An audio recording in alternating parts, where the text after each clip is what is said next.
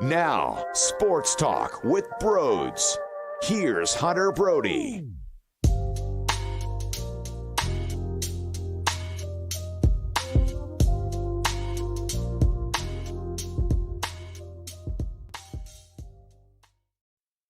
I must be dreaming.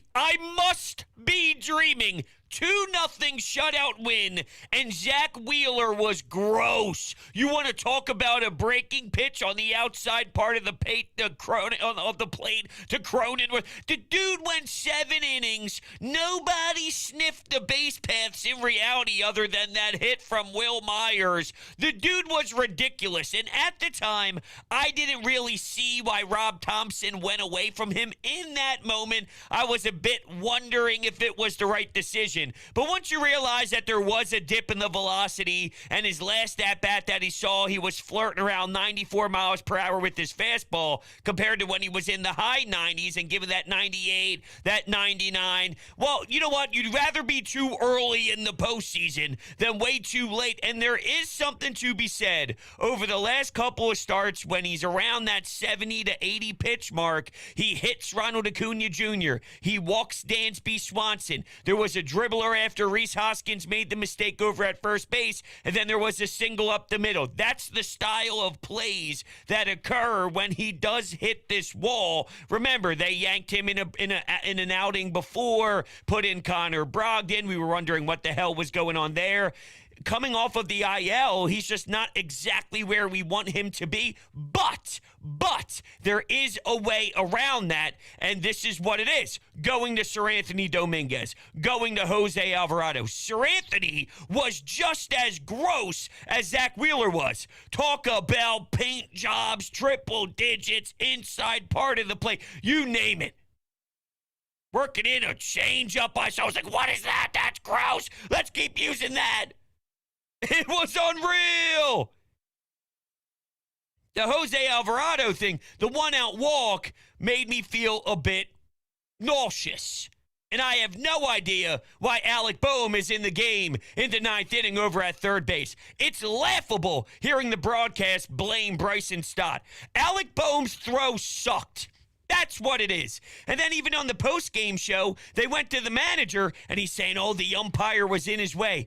Go look at the replay. The umpire wasn't even close. That throw sucked from Alec Boehm, and I have no idea why he's playing defense when you're up 2 runs in a playoff game when you need some special defenders back there. And you have a great defender in Sosa who has a great glove. It is stupid. Let me rephrase that, or let me say it again. It's stupid to have Alec Boehm in the game in the most important moments when you just have to worry about making the plays. It's dumb. But here's what I love about this team today. Your stars showed up. Everyone's all nervous about Kyle Schwarber. What did I say? Would you be surprised if he failed over the first couple of rounds, but then when it's the NLCS, he hits a bomb? Aaron Judge did the same thing. How many strikeouts did Aaron Judge have in the ALDS against the Cleveland Guardians? Way too many. But there were home runs in there that impacted the outcome of the games, and they ended up winning the series. Very important. What do you know? Kyle Schwarber hits one that still didn't land yet.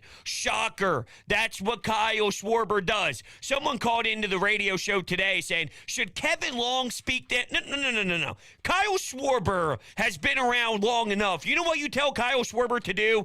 Keep going to the plate, my friend.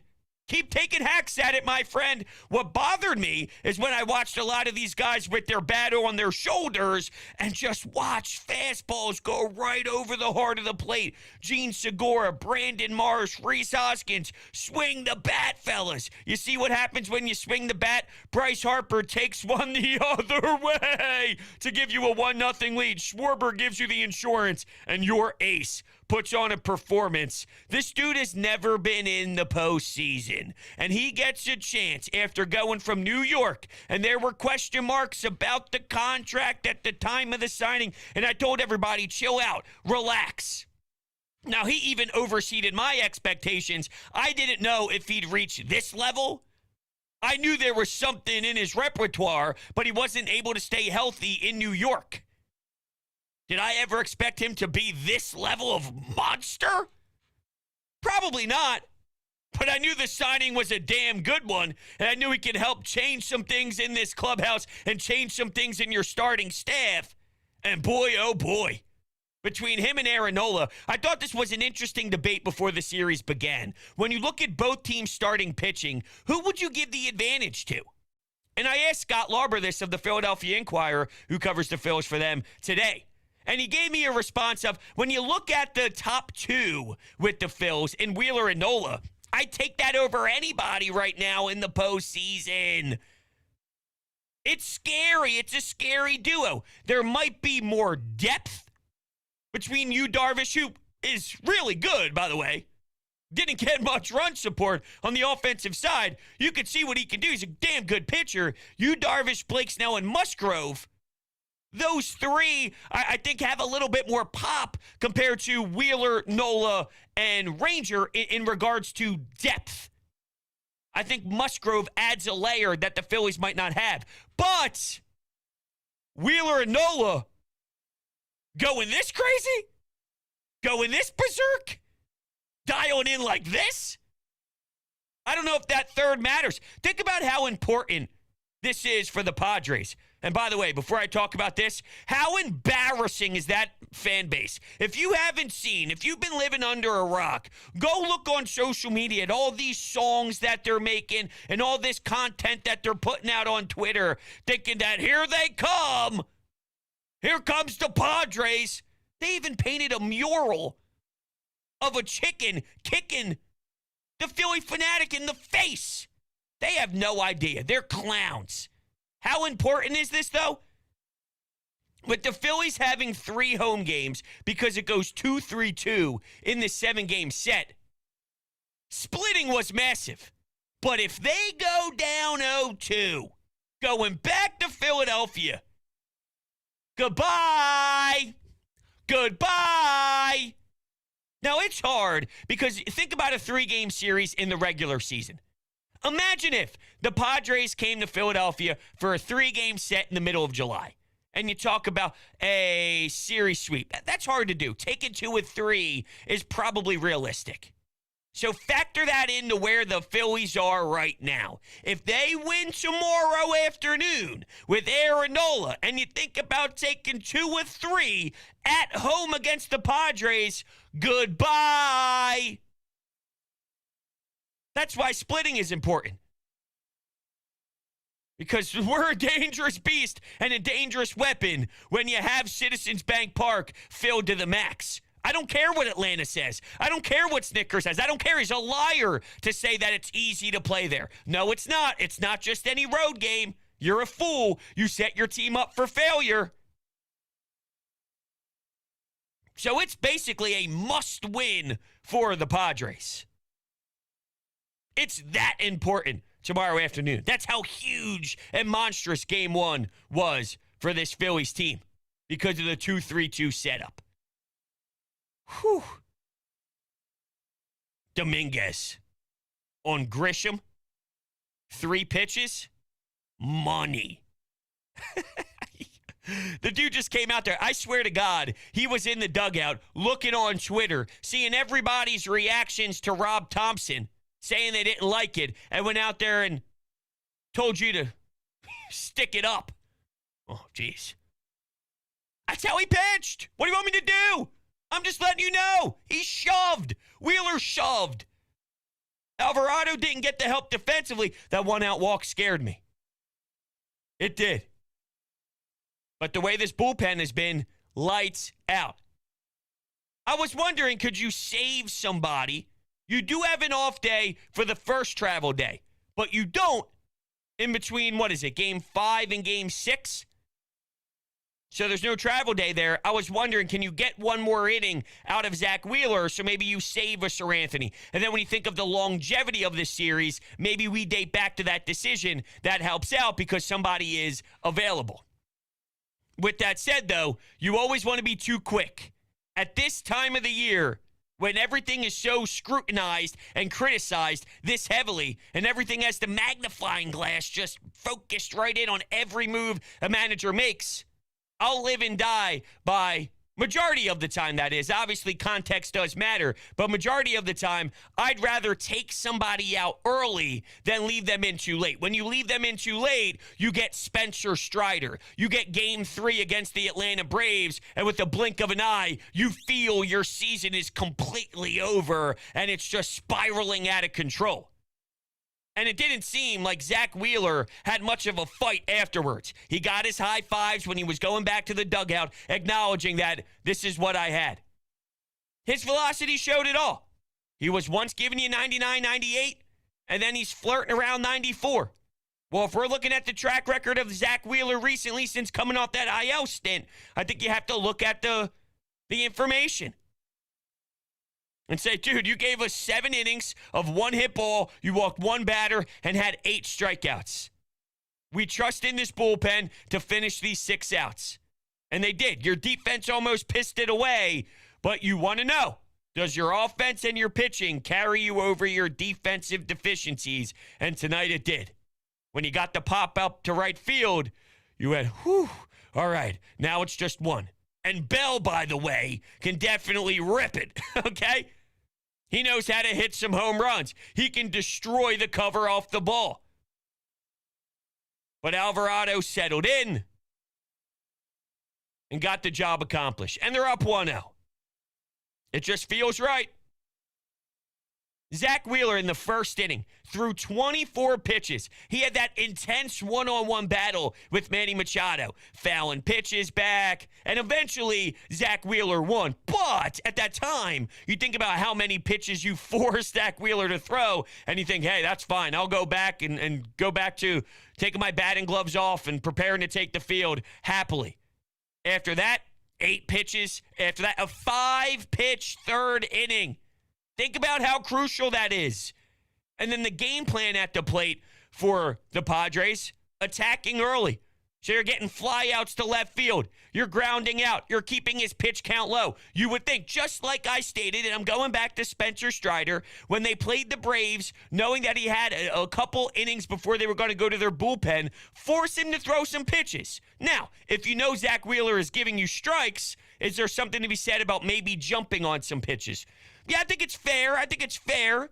But I also can't have a 5-pitch third inning. I can't have an 8-pitch second inning, especially after you forced Wheeler to throw 24. Now, I'm glad they did this, but I'm just saying, from their strategic standpoint and from their approach, I'm going, all right, I don't know if I necessarily agree, because just like I watch Zack Wheeler and understand once he gets anywhere in between 70 and 80, it seems to be a different pitcher right now. Don't you want that to happen maybe by inning 4 or 5? So now you're talking about other pitchers coming into the game, Bilotti, Eflin, and it's not just 2 innings of their best relievers in Sir Anthony and Alvarado. Good thing you got David Robertson back on the NLCS roster, by the way. No Nick Nelson. And I saw a lot of complaints about Derek Hall. I've even mentioned Derek Hall.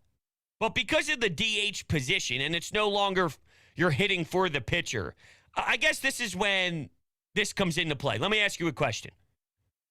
What right-handed bat would you take out of a lineup to put a left-handed bat in right now? Not JT Realmuto. Not Gene Segura. The only 2 I could think of, and you wouldn't do this, I'm just saying, would there ever be a spot where you go, I don't want Bohm to hit here, I'm putting Derek Hall in to hit? I'm just saying. Would you ever say, I don't want Castellanos to hit here, I'm putting in Derek Hall? I'm just saying, hypothetically speaking, just in theory, in a very, very, very broad sense. When would you need Derek Hall? It's not like you have to pinch hit for a pitcher anymore, so you're only pinch hitting for other batters. What right-handed bats? It's not going to be Reese. I don't know if he's as important as we want to believe. And this is coming from someone who criticized it earlier, thinking there was no reason to have Kyle Gibson. Why not a left-handed bat? Either way, I don't think that's the difference in you succeeding or not, reaching the World Series or not, is a Derek Hall or a Kyle Gibson. They're probably just washes anyway. But I know I've seen the criticism, and That's sort of my question to counter. Okay, fine. I see why you're upset. When would you use him? When do you think you need him? Just saying. That Schwarber home run was ridiculous. Ridiculous. They showed the one angle from the stands. It was a couple rows up behind Schwarber, the batter's box, the left-handed batter's box, and that thing was scorched. It flew out of the ballpark in literally 5 seconds. I couldn't believe it. I was pissing myself, cracking the hell up.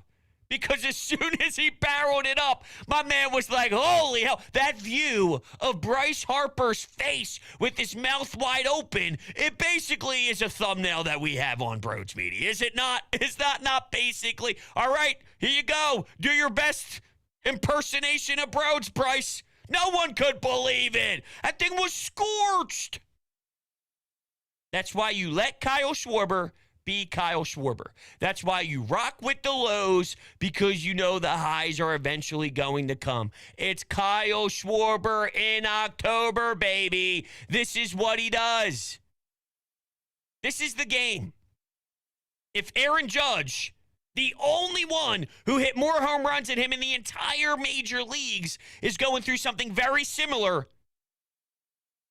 just let's play the waiting game. Let's see how it pans out. Because no one believed Bryce would be this red hot when you saw some of his late season issues. But what happened?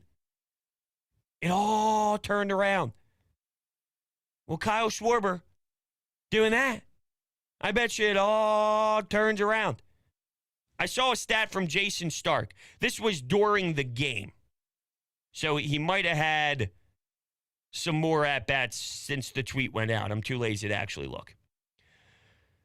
Oh, there's a couple different stats. Starts of 6+ innings pitched in the postseason. Phillies, 5. All the other NL teams combined, 5. Amazing. Bryce Harper's postseason home runs. With the Nationals, 19 games, 5 home runs. With the Phillies, 7 games, 4 home runs. He's playing at an NL MVP rate again. The Phillies threw 3 innings versus Yu Darvish. 51 pitches seen, 16 swings, 35 takes. Either Darvish has them completely confused by unpredictable pitch mix, or this was all part of a plan for a team whose hitting coach usually preaches no free strikes. Or both. These are just tweets from Jason Stark. Okay, here's the Kyle Schwarber. Kyle Schwarber postseason so far. First 19 trips, 0 times on base. Last 10 trips, 8 times on base. Let Kyle Schwarber be Kyle Schwarber. That's all. That's my point. All right. Well, I'm assuming the Anytime Hotline's going to be buzzing. Now it's time to find out. The Phillies sure won't make it easy for us, but I guess that's what the beautiful thing about baseball is. We got the W. That bomb by Schwarber. So glad he's hitting again. Oh, my God, that was beautiful to watch. Great victory. Let's keep on going. It was a great victory, and I thought my gut was telling me if I was going to preview the game and tell you how I thought it was going to pan out. I thought some of the guys that you normally rely on, like Bryce, would factor in an RBI or something along those lines, but there would be an unsung hero. There would be an unlikely hero. A Brandon Marsh hits a 3-run bomb in Game 4 of the NLDS to help put you, in a great position, right? Something like that. There'd be that guy that you don't really think of as an offensive juggernaut, or maybe someone you don't think of as a defensive juggernaut makes 2 special plays, something along those lines, because that's just how the postseason goes. Instead, you just watch the guys you pay the big bucks to say, follow me. All right, follow me. It starts with the pitching. That's how you win in this league. That's how you win. They didn't score 1 billion runs. They didn't have 9,000 hits. They did get Kyle Schwarber over to third in the first inning. He walked, got to second, moved him over to third. Nothing. Actually, Cronenworth robbed Bryce Harper, who could have done even more for you, but that damn shift. Next year, that's perfect. Next year, you're probably smacking in a run there. Luckily for us, Gene Segura ended up catching one in a very similar spot later on in the game. So the shift taketh and giveth. But you would love, especially on the road in game one, to kick them early. You eventually got it. My point, though, is we talked about this team being a squad that can hit a lot of runs in and score a lot. But we found out pretty early on in the season that there was something to the starting pitching as they were consistently there for you majority of the time. I'd rather live and die with starting pitching than with the bats because we know the bats can be inconsistent. But if you shine on the mound, maybe you don't need to rely on 7 runs, 6 runs. Now, that's still part of this team. I'm just saying, you go as your starting pitching goes at this time of the year. Garrett Cole, when they were down 2-1 against Cleveland, he shoved 7 innings pitched, 2 earned run ball, and that team goes. Like, it starts there. Now, their offense in Game 5 for the Yankees, they produced. You also were able to go to Nestor Cortez because of the rain delay and the craziness that happened there, even though they're going to play an ALCS game with a blink of an eye as soon as Game 5 of the DS is over. It got weird for sure. My point is, you'd rather be a team that can say, oh, I got faith in my starting pitching over I got faith in my offense because it is really up and down. It is dependent on the day. While your percentage is significantly higher when you're talking about guys who are throwing. And you're seeing that right now. What's next? Man, what a win by the Phillies. I'll have to say, Rob Thompson got very lucky in that late in that game. I think Wheeler should have sat out for the 8th. And you have to take Bohm out there. You take Schwarber out in the 8th inning it was. You have to take Bohm out and put in the defensive replacement. You just have to. He's lucky that this team prevailed and Alvarado clutched up. But these mistakes cannot continue to happen. We have to be on our A game with managing, and we'll be fine. If we can continue to hold this Padres lineup like this, we'll win in 5 games. So let's go, boys. Keep it rolling. Yeah, I mean, look, I think with Rob, I would have all defensive replacements all around. I'd have Guthrie in right field. I'd have Vierling in left field. I've had Sosa at third base. If you're not going to use them now, what the hell is the point of even having these players at all? You have bad defenders and horrible defenders. So you think that you'd put some guys in who can at least hold the fort down, if not have an excellent glove over at third base. It really doesn't make sense at all. I get why they took Wheeler out. In the moment, I was a bit confused. In the moment, I didn't necessarily love it. Once we started to see that, all right, hey, the velocity dipped in the fastball. His last at-bat, his fastball was down to 94 miles per hour. I get it. I get it. You want to be too early. You do. You don't want to wait. You don't say, well, wait until he lets up a double. Wait until he puts guys up. That's when it might come back to bite you because now you're going to someone out of the pen, and now we have hindsight. We saw that Sir Anthony was giving you the 100-mile-per-hour paint jobs and all, but if someone's on base, that changes everything. We know when Aaron Nola pitches when nobody's on base compared to when someone's on base, his focus changes. He starts looking back at first all the time. The pace of his pitching gets significantly slower. All of that is real, so I don't want to wait until trouble happens. I want to get ahead of the trouble. I don't mind what he did with Wheeler. More times than not, though, Rob has been right. So, I'm just saying, I will criticize some things I didn't like from Rob, but who are we to question Rob at the same time? The defensive replacement stuff bothers me, and he shouldn't get a free pass for that, and he's not getting a free pass for that. But look where Rob has us right now. Look where Rob has us. That game just gave me whiplash, bros. I think I might be having a heart attack, bro.